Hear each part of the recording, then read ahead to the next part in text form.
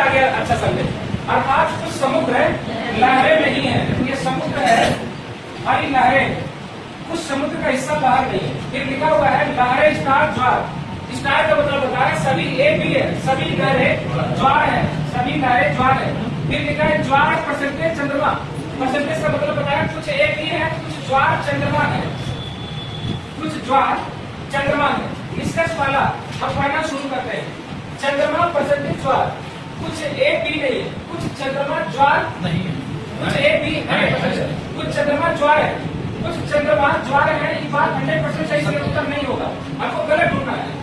ये ग्रेटर का मतलब बताया कुछ एक भी नहीं है, एक संभावना है।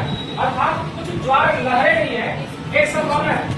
कुछ ज्वार लहरें नहीं है, कुछ ज्वार लहरें नहीं है, एक संभावना है। सही करा है, हमको गलत ढूंढना है। कुछ ज्वार लहरें नहीं है, एक संभावना, इसलिए सही हो जा रहा है क्योंकि संभावना बनता है कुछ ज्वार लहरें ना हो, इसलिए हमारा उत्तर नहीं होगा।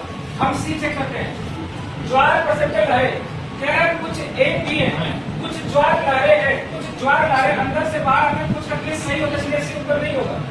हम बी चेक करते हैं। लहरें लेस क्वेश्चन मार्क चंद्रमा। लेस का मतलब बताया कोई एक भी नहीं है, कोई लहरें चंद्रमा नहीं है, एक संभावना।